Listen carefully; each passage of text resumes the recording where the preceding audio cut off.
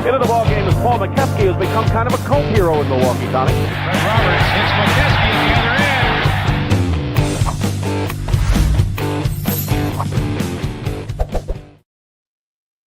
end. And good evening, everybody. Welcome to the latest edition of We Got Next. I'm Rickey Hampton with my great friend Big Mo, Bucks legendary center Paul Mokeski, coming to you on a Monday evening. And Big Mo, we got a special guest in the house. I'm going to let you introduce this good brother. Yeah, so this is Jesse O. We have a TV show going on Fox Sports News, and I've known him for a few years. I did color with him. He was doing play-by-play. He's one of the greatest up-and-coming play-by-play announcers. He does NCAA basketball, volleyball, baseball. He does FIBA basketball. So, and he's an all-around good guy, Jesse O. Good to have you, Jesse. Hey, good to have you. Good to see you, Coach, as always. Ricky, I've been following the show for a while, so just the knowledge and experience that disseminates and emanates from this show is fantastic. So I'm just very happy to be on with you guys and talk some sports with two pros. Hey, Jesse, I hesitate to call you the Big O out of respect to the great Oscar Robinson. So I'm going to call you the almost Big O. That's perfect. My old email used to be Little Mr. O instead of just there you go. So, it's like, well, might as well run with it as long as I have it. There you go. But, hey, and we want to welcome everybody out there watching via Sports Fluent and all our platforms. Check us out. You can subscribe to our show on YouTube. Jesse, Mo and I have been here. Has it been a year yet, Mo? Since we've been with Sports Fluent? Pretty close. Yeah, a little over a year, maybe. Yeah. And we've met a lot of new great friends here, and we're very thankful to have them. And this is always a highlight for my week to hang out with my great friend Paul Mokeski, because I have learned so much about the game of basketball talking with this young man. But let's get into enough. Mo's head is getting big. Young man. Where is the young man? I'm in your guest bedroom, Coach. Look, like I'm still here. He's talking about me. We got Linda's making spaghetti and meatballs, so we'll send it to your room after. Great, thank you. You can slip it under the door with a glass of milk, and I'll be happy. And before we get to the NBA playoffs, because we got a ton to hit there, we also had the NBA draft occur over the weekend. And Jesse, you are our guest. I'm going to let you start on just your thoughts on what happened over the weekend, the things coming out of the draft. I kind of know where you might end up going with this. It seems like it's the biggest story to come out of the draft. But your thoughts on the NFL draft? For once, I feel like we came out of the NFL draft where every team could have had a positive grade based on who they drafted, right? Like, if you take a look at a team like the Giants, who have been in turmoil for years now, everyone's giving them an A- in the draft because what did they do with their first pick? They drafted the best defensive end, who was arguably the best player in the draft. So they hit it out of the park right then and there. And then they proceeded to just rebuild their defense, rebuild their offensive line, because, in the NFL, the offensive line is the most important factor of any team now, right? I mean, that's why the Eagles won the Super Bowl. Like, they didn't have the best quarterback. They didn't have the best wide receivers. They didn't even have the best defense, even though their defense was dominant. They had the best offensive line. And when you can win in the trenches, that's what matters. The one team that is just perplexing to me, as always, is going to be the Cleveland Browns. Like, they always do the most Browns thing in any draft. And in this one, they drafted two quarterbacks. And now, I'll let Coach give his thoughts before mine, because I'm very opinionated on everything in the world. So, Coach, I'll let you take the beginning part of this one, and I'll probably have a lot to say after. Yeah, everybody, the whole story was Saunders, not going in the first round, and when's he going to go, and who's going to pick him, and he dropped like a rock, like happens, sometimes in the draft, and from what I understand, on the field he's very, very, very talented, but not spectacularly great. Destined to be a Hall of Fame quarterback in the NFL, but he's very good. But, there's a big process in the draft, just like the NBA. You process You go through the process of judging them on or off on the court or on the field. Then you bring them in and you talk to them and you work them out and you take them to dinner and you see how they are off the court or the field and how they're going to fit in with your organization. And, not only as a position player, but as a personality and as a person. And, I've told Ricky this, I've told you this, Jesse, too, but, you don't need to know your role. You need to accept your role. So if you're coming in and being a backup quarterback, you can't think that you can think, but you can't talk about you're going to be better than the starter and you're going to change the whole system. And, I don't care who they are, the Rams or the Raiders, whoever, I'm going to change it. No, they've been around for 100 years. You're not going to change that. And that's a problem if someone's in your locker room, in your quarterback room, talking like that. Now you can think you're going to be a starter, and he might be the starter. I don't know. Their quarterback situation is overloaded, but not that strong. So anybody could pop up as the starter depending on how they perform. But I think players in general need to understand, that it's not just what you do on the court or the field. It's other stuff, your personality, your competitiveness, your willingness to sacrifice for the team. I always ask, my players. I was watching the Celtics thing on HBO, and Doc Rivers met, when they picked up Paul Pierce and Ray Allen and Kevin Garnett, and he brought them in a room and said, hey, you guys are great players. What are you willing to sacrifice to win a championship? That's my question. I know you can play. What are you willing to sacrifice? And part of that might be attitude. So, I think it's snowballed. I think also, I understand that either the Browns head coach or the GM is very, very close with his dad, and they've been friends for a long time. He's in the inner circle, and I don't know. Maybe Dad makes a call, says, "Hey, man, come on." I mean, literally, if you're looking and you're in that draft room, I've been in NBA draft rooms, and you're looking on the board, and he's one of the top 20 guys on your board, and he's still there at 200 or whatever. I mean. He's worth a shot. I was expecting, quite frankly, the Raiders to pick him because it's kind of a Raider thing too. We're going to change him. Actually, wouldn't he look good in Raider black and silver? I mean, but it's just a situation that young players need to realize this. Your attitude, now your social media. I've told players in the G League and minor league basketball, clean up your social media. NBA. And I'm sure the NFL, they have, 5-10 people. That's all they do is they monitor their players' media and other players' media. That's all they do. That's their job. So, it's going to be interesting how he reacts now, right? It's not whether you get knocked down. It's whether you get picked up and whether you get up. And, okay, he's going to have a chip on his shoulder. That's good. But are you willing to use that chip on his shoulder to work hard, become a better quarterback, whether it's arm strength or reading defenses or watching film more, whatever that is? Are you going to do that and prove them all wrong? Thank you for checking in, Ricky, Jesse, and Mo live. Gotta love it. Thank you, brother. What's up, Chris? Our great friend Steve's checking in. I know Steve is a little sad. What's going on with the Bucks? Hang around, baby, because we're gonna go in on them. We're gonna go deep on that, Steve. Hey, Jesse, did you want to follow up to anything? Mo just I mean, 100%. But I'll let you go first, Ricky, if you have any thoughts. No, my whole thing is, hey, bro, you in the NFL now. Go show where you should have been drafted. The draft said you were a 5th round pick. Show him different. Hey, there you go. There you go. Yeah, I like that. It's not like it hasn't been done before, right? At quarterback, I mean, Yeah. Brock Purdy. Last pick of the draft was Mr. Relevant. Now he's the starting quarterback who's going to probably end up making $55 million a year with the San Francisco 49ers. And you know what, Jesse and yeah. Paul, I was reading today about Quinn Ewers. When he came I like out, him. When he came out, though, he was the highest rated quarterback to come out of high school to college. Yep. When Texas signed him, he was their highest rated quarterback ever. And think about the University of Texas football program. He went, where did he go, 7th round?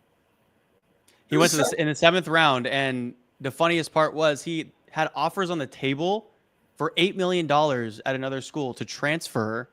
And now, since he got drafted in the 7th round, he will effectively be making only $800,000. Yeah. So 8 or 10% of what he would have earned if he had just transferred schools, and maybe would have increased his draft stock. Who knows? Yeah, it's going to be interesting with the NIL. Like, I think Sanders has millions, and I mean, I see him on a Gatorade commercial. I see him. How is that going to affect that kind of money when he's not a high draft pick? But it's different in the NFL too. I mean, it's not like the NBA that has 2 rounds. I mean, heck, when I played, they had like 10 rounds. Here's some people that were drafted in the NBA when I was around: Superman, Mickey Mouse, Batman. They were all drafted because Batman's a good one. But in the NFL, yeah, he could really sling. Had a good 3-point shot. Yeah. But in the NFL, 4th, 5th, 6th, 7th round, they're still important players. Yeah, absolutely. Yeah. Go ahead, Jesse, and follow up to that. Okay, I'm gonna try not to get us kicked off air, but Do that, this brother. was collusion. This was a complete collusion of every NFL team to make Shedeur Sanders' draft stock drop. Because when he's coming out and he's going to all these interviews, he does his pro day, everyone's correlating him as a top 3 pick. Originally, it was him and Cam Ward. Those were your 2 best quarterbacks of this draft, still are. So everyone's looking at Cam Ward and Shedeur Sanders. Okay, Cam Ward, understandable. He's got a better arm. He's more maneuverable in the pocket. He can roll out. He can run a little bit too. So Cam Ward was by and large going to be the number 1 pick in the draft just based off of necessity. Might not have been the best player in the draft because Abdul Carter probably was that, but Cam Ward was the best quarterback in the draft, and quarterbacks that are good in a draft usually go first. So that's what the Tennessee Titans ended up doing. By the way, side note, I have a feeling that the Tennessee Titans this year, and this is no knock to Will Levis at all, the Tennessee Titans are going to have more dropped balls on passes this year than they did last year with Will Levis at quarterback, not because of Cam Ward, but because he is an absolute missile of an arm. He's going to be hitting his wide receivers in the chest so hard that they're going to drop more passes this year than they did last year because his arm is fantastic and he's got great touch on the ball. Side note. Anyways, back to Shedeur Sanders. So he doesn't go in the top 3, which, okay, if other guys are drafting defensive ends, defensive linemen, D-edges, fine. They should be going in the top part of the draft because you need to, like I said, win football in the trenches. Then you get to the end of round 1, and Jackson Dart gets taken with the number 25 overall pick by the New York Giants. So now I'm thinking to myself, okay, those are the 2 teams, plus the New Orleans Saints, and maybe the Cleveland Browns that need a quarterback. So now that Jackson Dart's off the board, everyone was like, he's pretty similar to Shedeur Sanders. Like, maybe he's better at being a mobile quarterback, but Shedeur Sanders has better touch on the ball. So it was like a 50-50 thing. So I'm okay. That's interesting. Then you go to round 2, and Tyler Show from Louisville gets drafted number 40 overall by the New Orleans Saints. Now I'm thinking to myself, okay, now I got to go on Twitter because this doesn't seem real. Like, everyone else on Twitter agrees with me. What you see Tyler Show get drafted, and you're like, okay, I cover college sports. I'm a college sports play-by-play broadcaster. Did I ever call a Louisville game? No. Did I really know who Tyler Show was? Also no. Because why? He's not a 2nd-round quarterback. There's no way that this guy from Louisville, who's in the ACC, like, okay, Cam Ward dominated the ACC. Was Louisville any good this year? Does anybody remember? No, because they weren't good. That's the point. So you had a guy who was not on a great team in the SEC. Then Jalen Milroe, who got picked in round 3 by the Seattle Seahawks, gets drafted. And that was all fantastic. And he's a great quarterback, great mobile quarterback. The only problem with Jalen Milroe now is that the forward pass was invented in the early 1900s. So then you got to move on to the 5th round. And now Shedeur Sanders gets taken by the Cleveland Browns.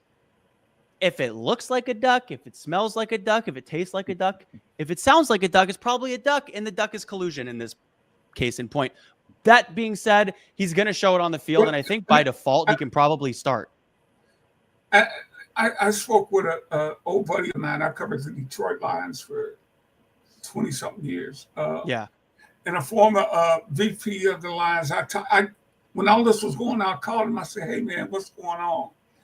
And he was saying that teams are willing to put up with guys that will be teams do not like distractions. Number one. Yes. If you're going to be a distraction, you better be a hell of a talent.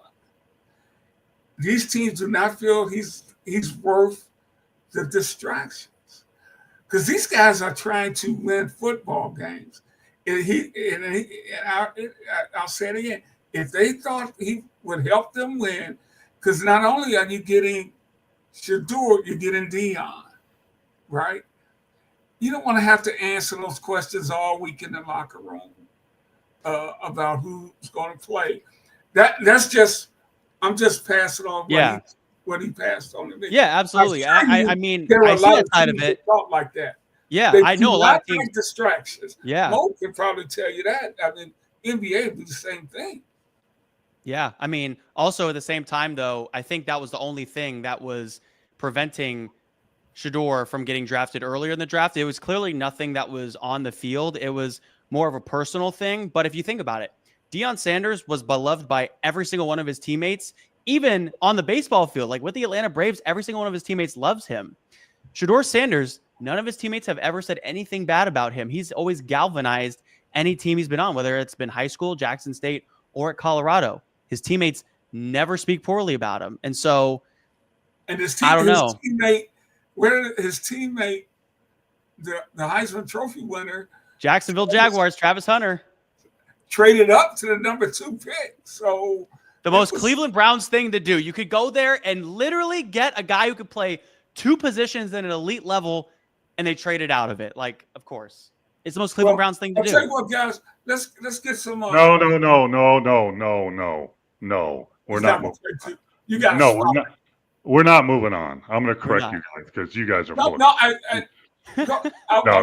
want to get our viewers in on this too. Well, I'm gonna correct them first, so our viewers can comment on what reality really is. Okay. Okay. So Jesse, I'm gonna correct you like I usually do. So, really? What's the definition of collusion? Tell me what the definition of collusion is. A bunch of people, teams working together. Secret or illegal cooperation or conspiracy, especially in order to cheat or deceive others. Right? So are you saying that all the NFL teams with their billions of dollars of salaries are all calling each other and they're colluding together not to pick Sanders because why? Why?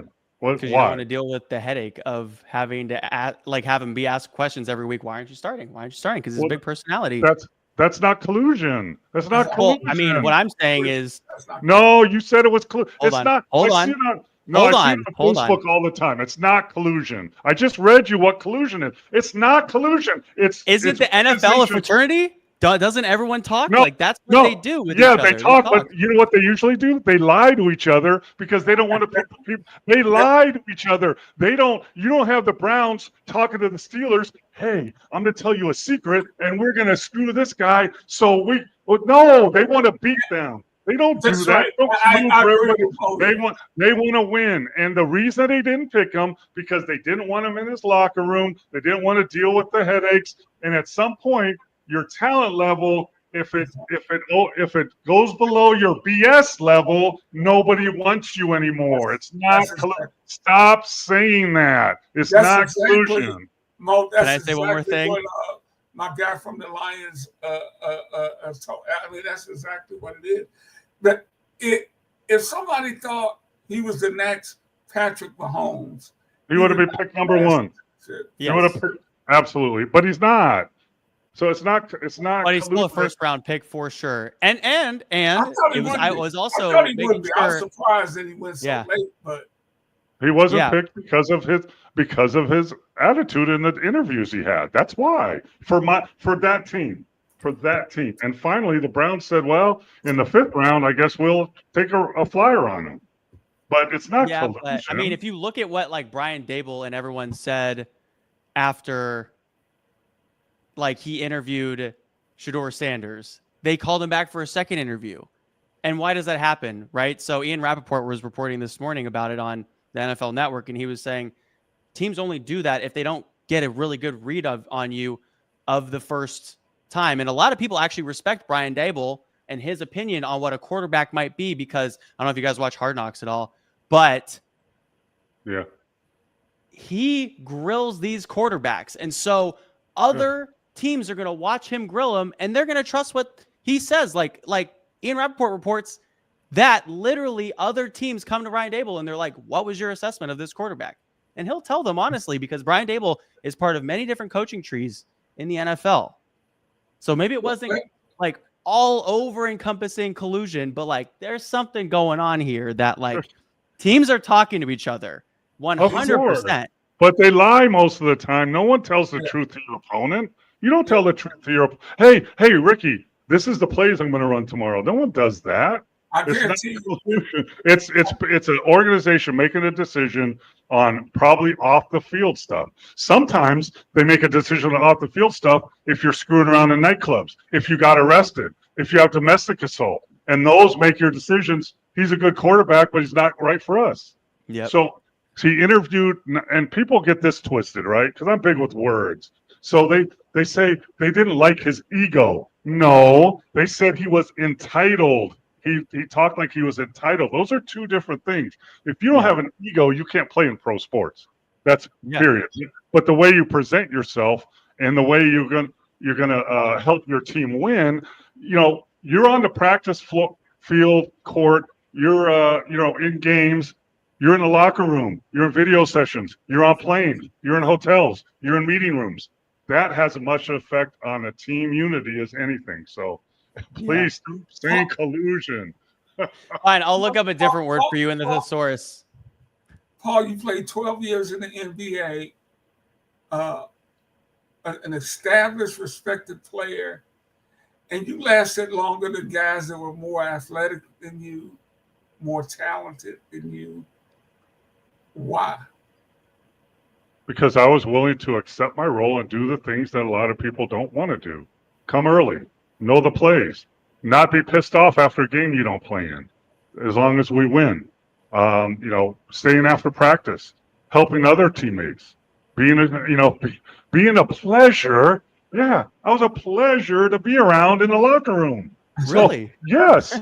I mean, I'll tell you. There's when I was in the G League in Reno coaching, there was a guard from Nevada that was cut. He was a first-round pick. He was cut by the Portland Trailblazers. Really good guard. He could score. He's quick, fast, handle the ball, good passer. And they cut him after 2 years. After their obligation, they cut him. He was in Reno. I saw him working out. I brought him up to my office, and I said, hey, you just got cut. You can play with us. Some team's going to pick you up, in a month. No problem. I sat down with him in my office, and I got a bad feeling. Like he wasn't paying attention. He's whatever. So I called Portland up. Why did you cut this guy? He can shoot threes. He can handle the ball. He's a great passer. He's played in the NBA. Why did you cut him? Because he didn't get along with the rest of the guys. He wasn't a good teammate. That's why. Period. End of story. The guy costs himself $20 million minimum. But the Portland Trailblazers told you truthfully. Look at that. I knew because I was in the G League. I'm not the Lakers. I'm not the Lakers. Can I say one more thing while we're on this subject? Yeah, absolutely. Okay. I still do think that Shedeur Sanders has a legit chance to start for the Cleveland Browns. All said and done, as a 5th-round pick, he cost himself $40 million with whatever happened. Whether it was, I got to look up a different word for collusion, but in the thesaurus, I didn't have time to do that. But whether it was that or not, he cost himself $40 million. Like he was going to make 44 if he was a top 3 draft pick. Now he's making 4. But if you look at the other quarterbacks on the team, Joe Flacco, he won a Super Bowl, but he's 40 years old and he's hurt. Yeah, and he's hurt all the time. Kenny Pickett, who made one good throw in pro day, and then the Steelers decided to take a flyer on him. He's not good. They drafted Dylan Gabriel, who can't see over an offensive line because he's short. They have Deshaun Watson, which that's a way bigger story than I'm even willing to get into at this point because I'm really not trying to get us off air. And then Shedeur Sanders. So, I think by process of elimination, your 5th-round pick is going to start. He should be happy. I'm happy. I'm not going somewhere that has an established. I'm not going to Kansas City. I got no chance. He should be really happy. It's not when you get drafted. It's where you get drafted and the opportunity you get. And for sure, he cost himself some money in the short run right now. But in the long run, if he can perform like you and other people think he can, then he's going to make that up on the back end because his contract's going to be over earlier and he's going to be a free agent. Yeah, and, Yeah, everyone plays for that second contract. And the brother was driving a Maybach in college. That was crazy in college. He hadn't missed too many meals. He's doing okay. Yeah, he has almost $2 million around his neck. Yeah, I think his NIL money was like $4 million or something. And his watch, hey, when he would throw a touchdown. Hey, let me get some comments from our viewers here. I want to get you guys in on this. Chris, that was the media's talking heads and analysts, not NFL football execs and player personnel people. There's a difference. That said, I do agree some collusion aspects to this draft to Sanders. Multiple things can be true at the same time. Let me see. All right, Chris, I love that. Thank you very much. We're going to use the word conspiracy now, I guess, instead of the other C word. There's conspiracies to throw you. It's not collusion. It's not other teams saying, let's screw this. They have no reason to. Why would I tell you, hey, don't pick this guy? Who cares? They're trying to beat each other. And Mo, and we talk about this all the time. And Chris, you could damn sure be right of this. It's just NFL's execs being foolish, in my opinion. They do dumb stuff all the time in the NFL, in the NBA, in the MLB, NHL. It's amazing some of the mistakes that you see. So, yeah, that could be true.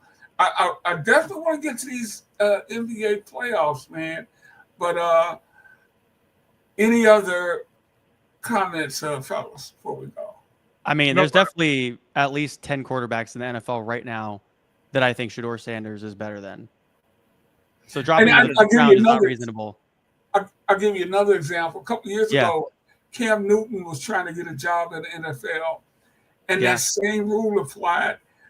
The same guy told me the same thing about Cam Newton. When Cam was here, you put up with the antics. Okay, it's evening it out. See you, Cam.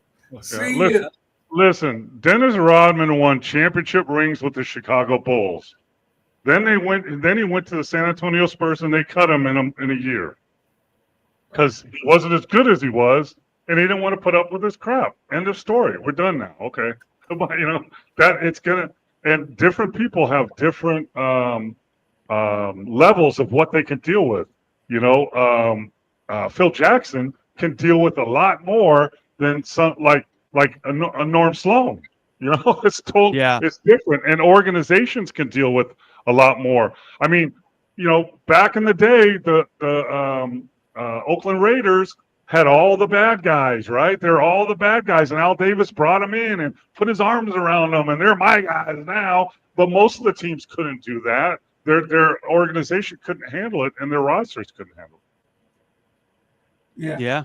Chris said, "Take it easy, Jesse. Don't feel yet." I'll name him. I will name the quarterbacks he's better than right now. But we probably should move on at some point. I love how we can actually talk on this show, though, Coach. This is way better than our 30-minute a 30-minute television show with 22 minutes. Yeah, it goes too fast. 8 minutes of commercials is like, wow, I can actually talk in this. Yeah, so we can go deeper into stuff, and we need to. And I can say controversial things, and then everyone's fired up now. And then I can correct you and get it right. Yeah, don't worry. Well, I think we're going to be pretty much on the same page for the basketball stuff, though. But let's tie this up. Hey, he was drafted in the NFL. He's gonna get a shot. We'll see what happens from there. He's going to get a good shot. Yeah, and like you said, Mo, I don't know if there's a better place for him to have gone to, whether it's the 5th round or whatever. So you'll get your shot, brother. Let's move on to the association. I was just heartbroken yesterday watching my beloved Pistons, a team that's gone from 14 wins last year to 40 They won 45 games this year, and they're giving the Knicks hell, Paul, and we down 3-1. And a lot of that is inexperience. But yesterday, take us through what you said. Well, like it happened. It is an experience because it's been the history of the league, right? You know, the Bulls had to get past the Celtics, and the Warriors had to get past the Lakers. You know, all that is kind of growing, and it's growing with keeping a roster together, letting it grow, and coming up with these experiences. However, some of them are harder to take than others. You know, that's why I don't know why the NBA has a 2-minute report. That's so ridiculous to me. So you can say you blew the call, you cost the Pistons a game, and what? It's my bad? It's because we put it in a report, it makes it okay? And I don't understand how all those refs on the court could not see that. But like you said, I broke down the game because I'm a coach and that's what I do. So I go frame by frame and exactly what happened. So at the 5-minute mark, Pistons were up 81-79, right? And then they came down and hit a 3, so they went up 84-79. Then Brunson hit a floater. Then Cade had a bad turnover. Then Brunson hit a step back. Then the Pistons hit a step back. Then Detroit got a stop, and Cade hit a pull-up. But then this is what happened. Anthony Towns, Mr. Invisible for the series pretty much, he steps up, and he hits a 3. But then the other Mr. Invisible, Tim Hardaway Jr. steps up, and he hits a 3. Brunson drives for 2. Hardaway hits another pull-up jump shot. Towns hits a nice post move fadeaway, a la Dirk Nowitzki. Then Cade misses an 18-footer. Towns comes down and hits a 30-footer, and now they're up by 1. And then Cade turns the ball over again. And then Brunson misses, Cade misses, and then it comes into that shot that was no foul. So I'm taking my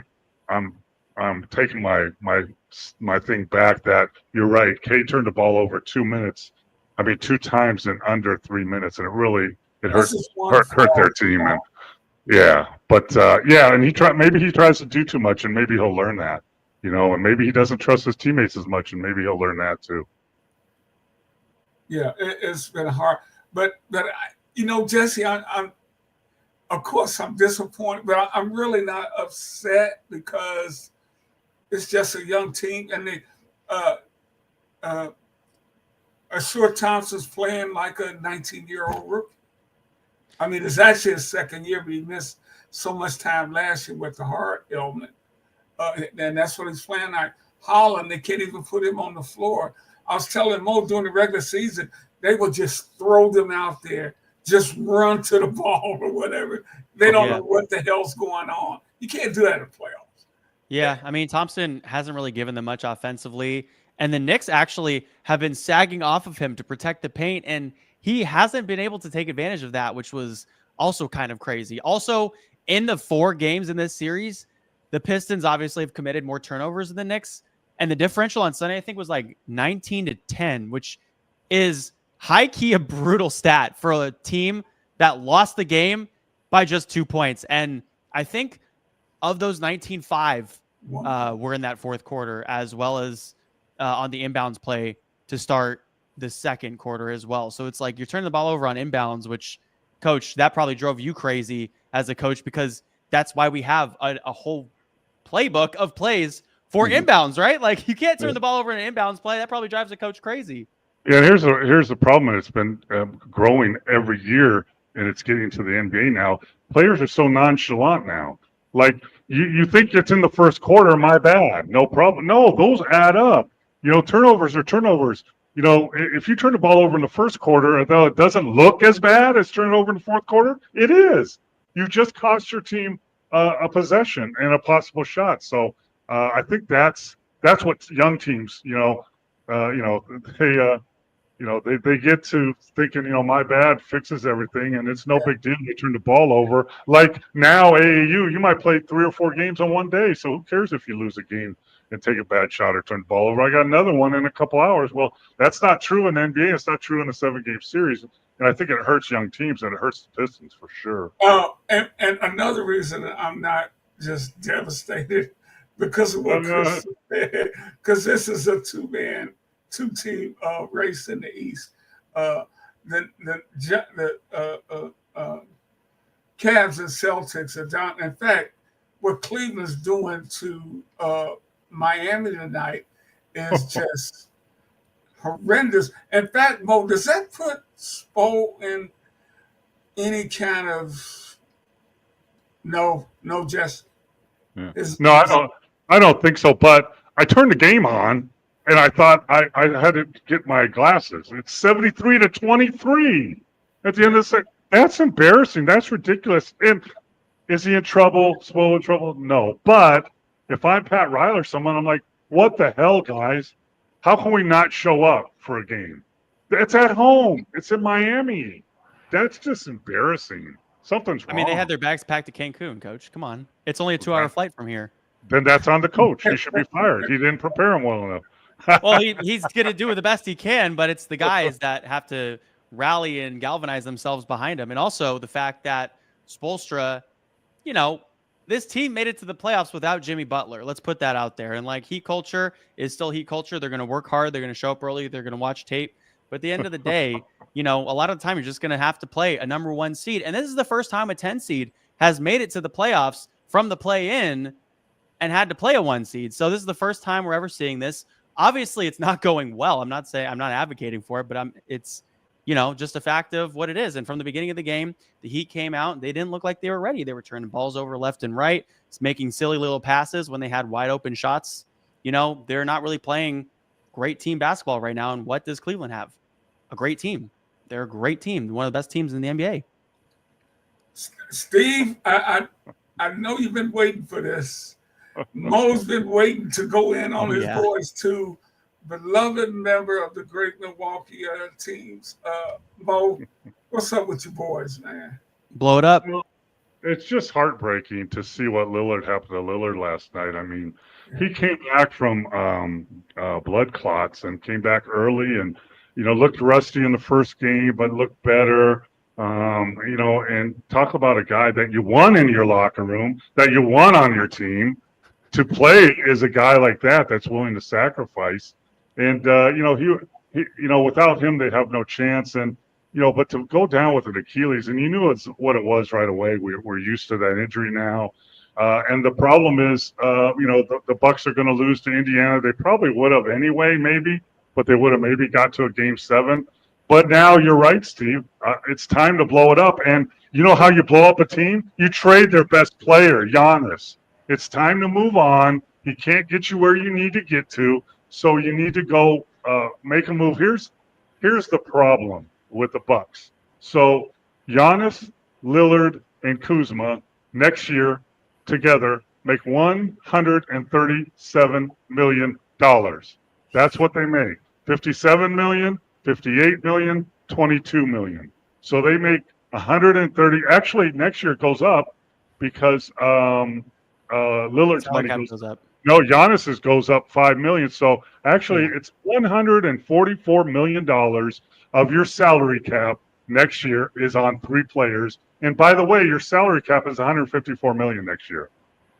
So luxury tax is $187. So, like this year, people don't understand what salary cap means and luxury tax. So the Bucks paid $154 million this year in salary. So any money over that, they had to pay $1.50 for every 10 million, $2.50 for a blah blah blah. So in the long run, they spent $215 million on salary this year because they're over the salary cap. Now they only have after Giannis, Lillard, who's not going to play next year probably, and Kuzma, who hasn't showed up in the playoffs anyway.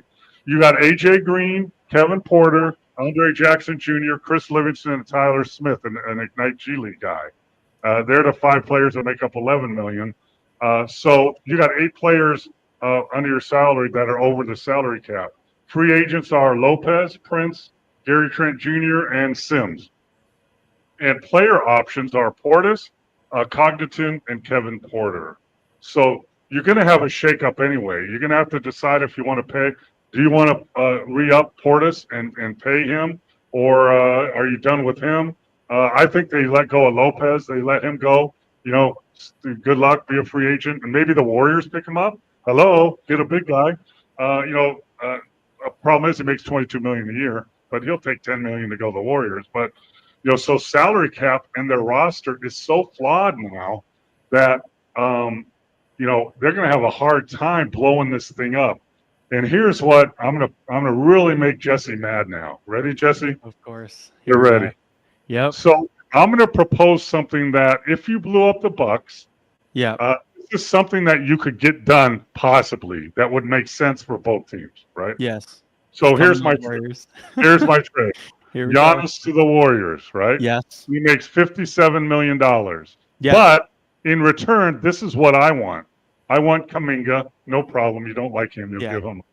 I want Post, their young center. I like the way he shoots. I want Moses Moody. I want Santos, the young wing guy that they have. He's a tough player. Santos. Yep. And I want Podzinski, the guard. I want all those guys. Yeah, and I want all those guys and a second and two first-round picks, because all their salaries together is only $27 million. It can't get that deal done, so I need first-round picks. And this is what it does for the Bucks. It gives them one upcoming wing at 25 years old, a really good two guard at 22 years old, a really good wing tough guy at 22 years old, and Porzingis, whatever his name is, a really good young point guard. He's 22 years old. So if you want to blow it up, then really blow it up and do something like that. But that's easier said than done. I'm not mad at it, actually. I wish I was going to be mad at it, but I actually completely agree with it, because insider NBA league sources have told me that it has been their dream to pair Steph Curry with Giannis Antetokounmpo and Jimmy Butler as well. And at that point, give the Bucks anybody they want. Like, you can have anyone. You just can't have Steph and you can't have Jimmy Butler, because now we have a big three. And at the same time, we still have some guys that can come in off the bench and Buddy Hield, get mid-level exemption guys. Yeah, because we don't know what they're going to do with Kuminga either. That's the other thing with the Warriors. They have no idea what they're going to do with Kuminga. And get a center, get Lopez, someone like that. You could pay him $20 million if you do that, for sure. Yeah. You can make a run at the championship legitimately for the next 2 or 3 years.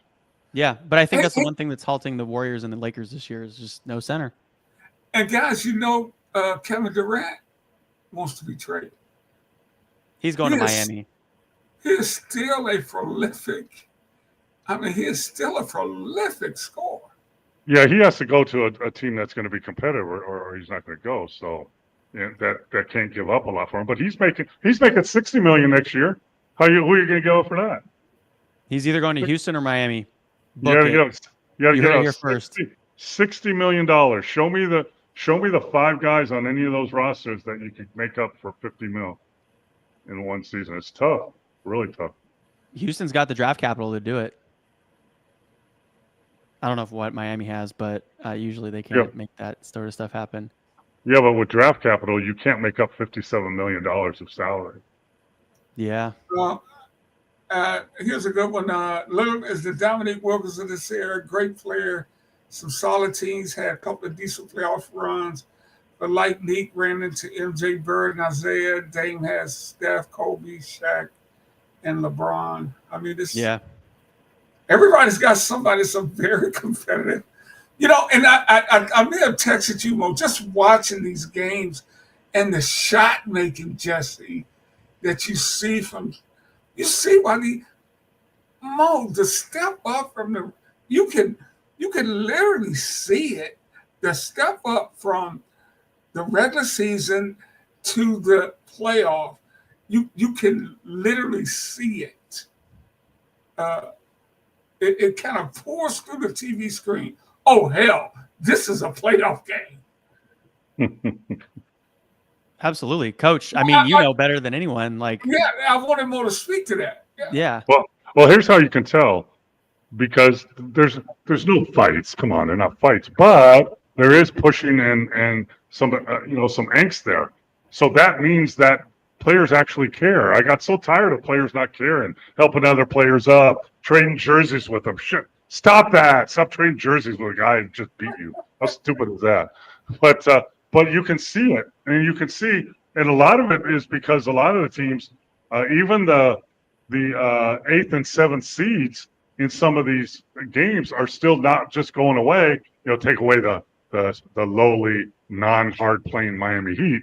But other than that, the other teams are playing hard till the end, till the bitter end. Yeah, I'm watching the other day.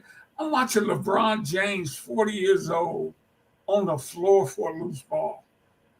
I'm like, yeah, it's the playoffs, because ain't nowhere in the world he's getting on the floor for that during the regular season. Did you see played an entire second half, and he's doing that? Yeah. Did you see Ant-Man pushing him down the floor and they pushing each other? I love it. Like they were He's running through the greats. Last year was Kevin Durant. This year it's LeBron. Hopefully not Steph, but we'll see. That's what the playoffs are about, though. I mean, if you can back it up with what he's doing, then you can have room to talk and do stuff like that. A la Larry Bird or MJ or someone like that. Hey, let's touch on that series right quick, guys. Wolves are up 3-1. Been a very competitive season. They've been able to pull games out. It seems like the Lakers just don't have enough outside of their two big stars. Jess. Yeah, I mean, Coach knows this. You're not going to get anywhere in the NBA playoffs without a legit big. And what does Minnesota have? 2 of them, one of which is a sniper from 3. Like, I'm going to start the train of, like, Naz Reid is America's sweetheart at this point. Like, this guy knocks down threes like he doesn't care. Like, he throws them up like, I'm just going to throw this up. Swish. Every time. He's nails in the fourth quarter.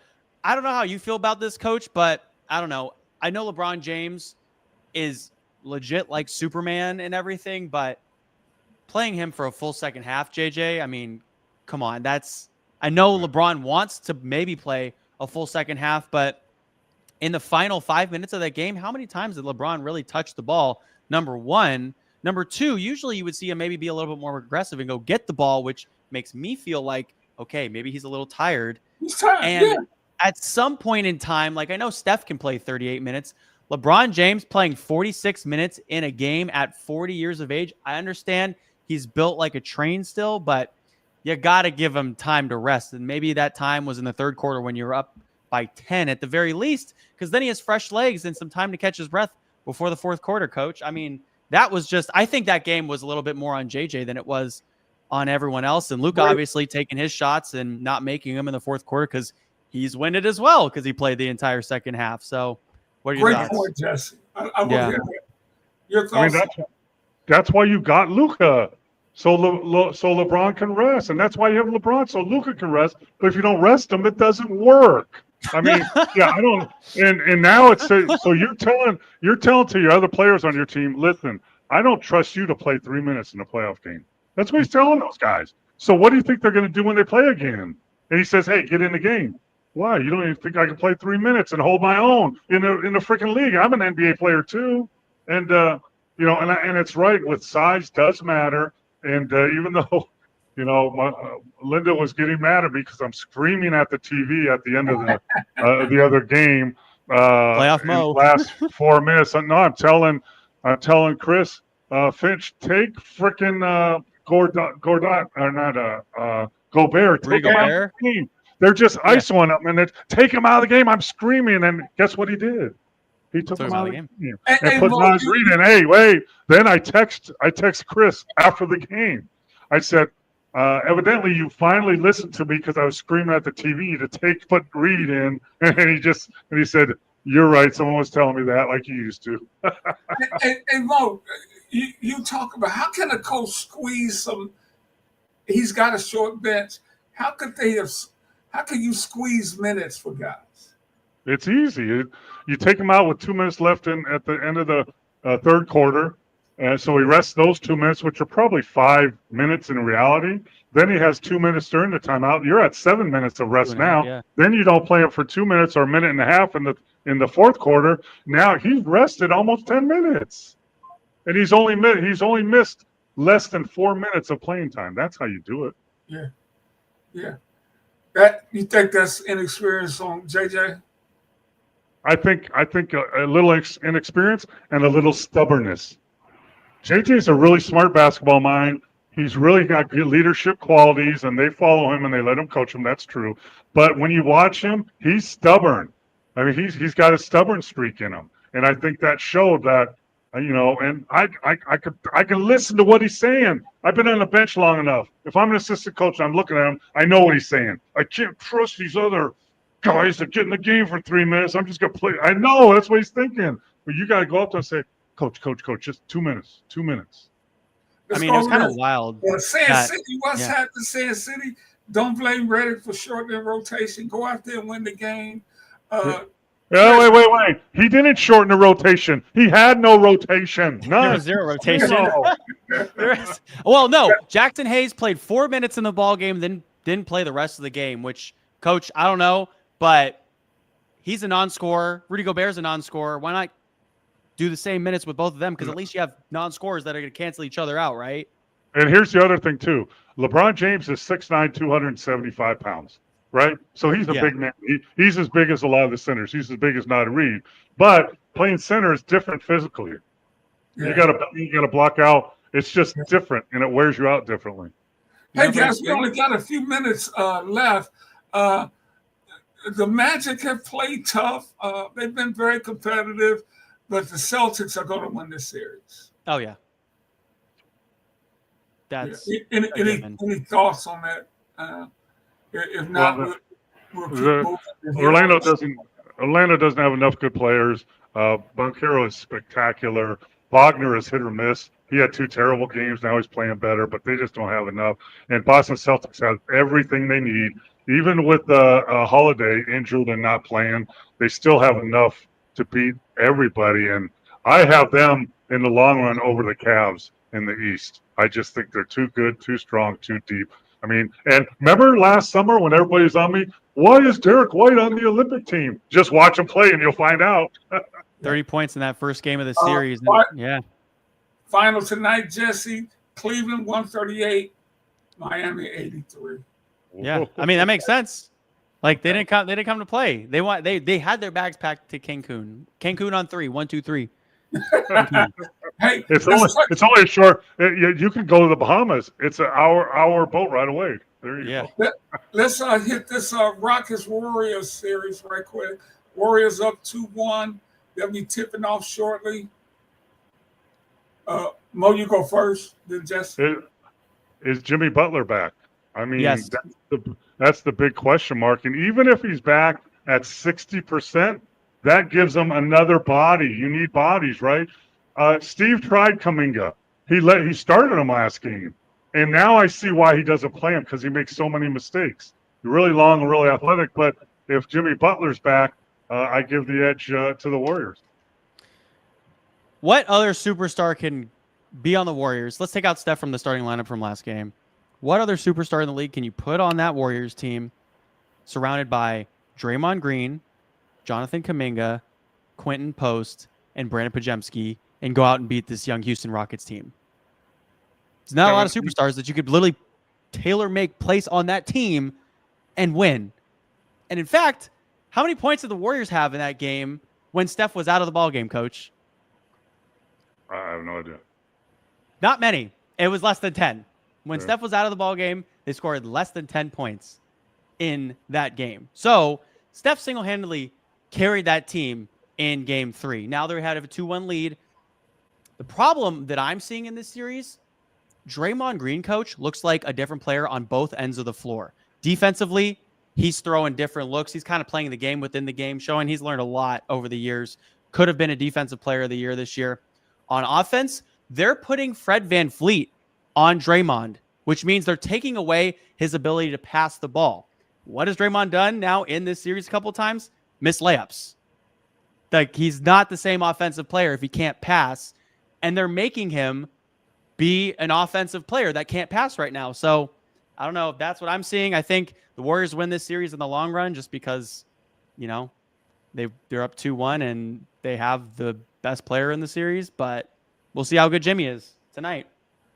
Yeah, and I mean, Rockets have Sengun, who's a really good young big, but he's not the Joker. He's not like that yet. So Draymond can guard him. Draymond can't guard the Joker, no matter what tricks he throws at him. But in this series, you could get away with Draymond, and they're playing Looney too, who they haven't played for a lot this year, and he's a pretty good defender, undersized at the big. But you're right. The Rockets have to. The Warriors have to have someone else that can score, and that guy is Jimmy Butler. Yeah. And Steve, I agree with you, Steve. The Rockets and Pistons will learn from these experience here tonight. Hey, another very interesting series: Clippers and Nuggets, guys. Oh yeah, Oh, jeez. Coach. Jesse.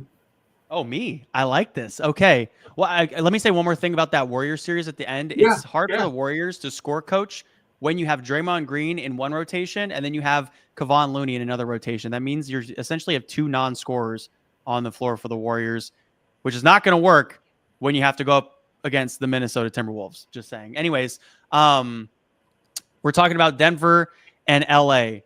2-2. This series is crazy because when the Nuggets win, it's like they're giving it every little bit that they can for these victories. And when the Clippers win, like they blew them out one game by 30 points. So the Clippers, I think this is a dark horse team to come out of the Western Conference because the Clippers, with their playoff experience combined, Zubats is playing like a top 5 center in the association right now.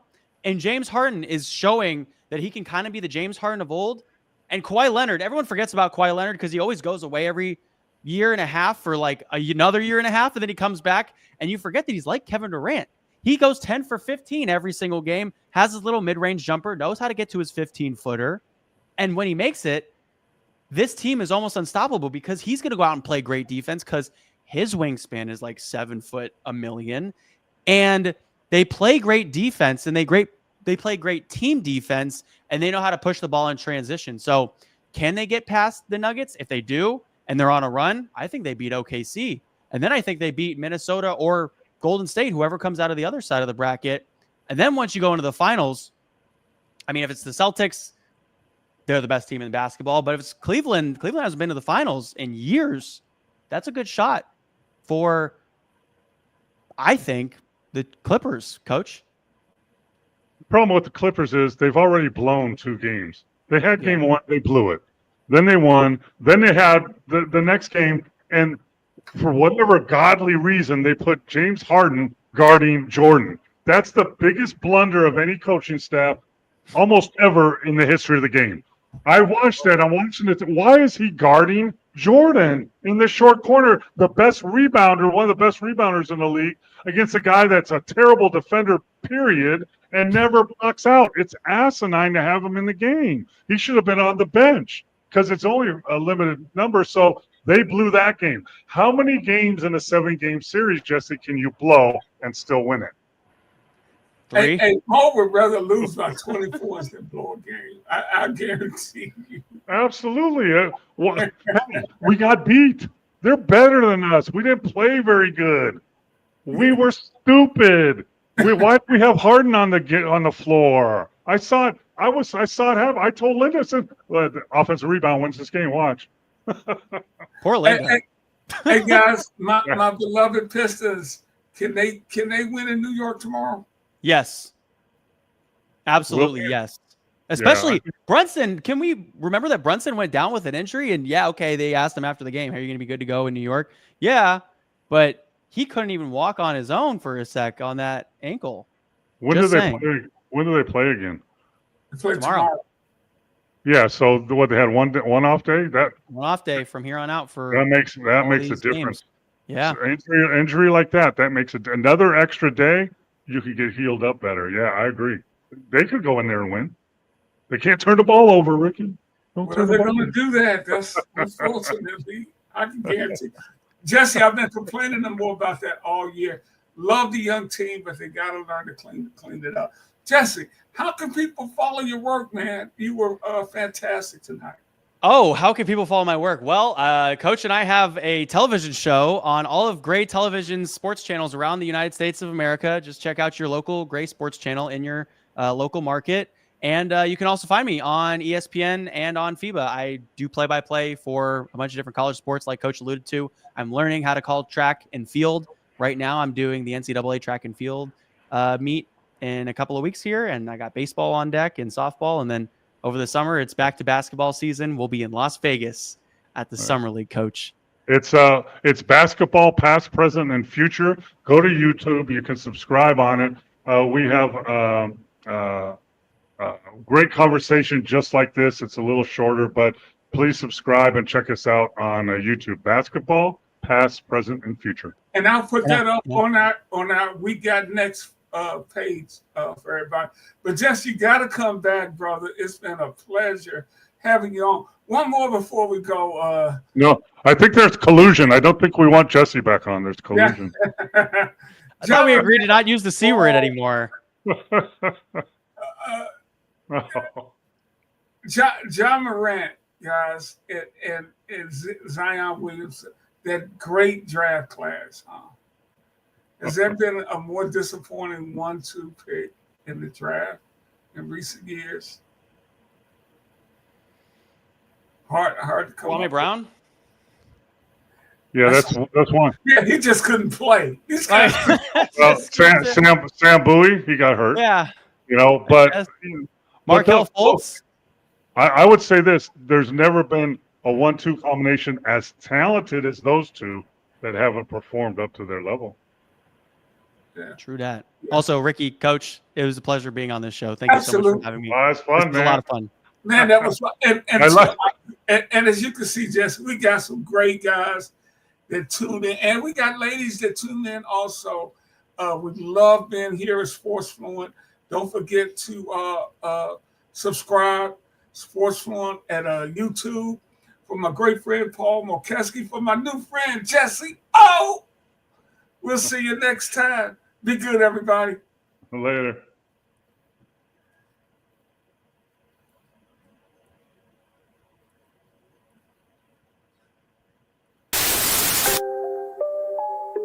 Oh, Canada. Put on a suit, drink water, don't drink and drive. Hey, man, call your mother. It means nothing. It means nothing. Nah, they lying to you. It's about the money. Now you're more fluent.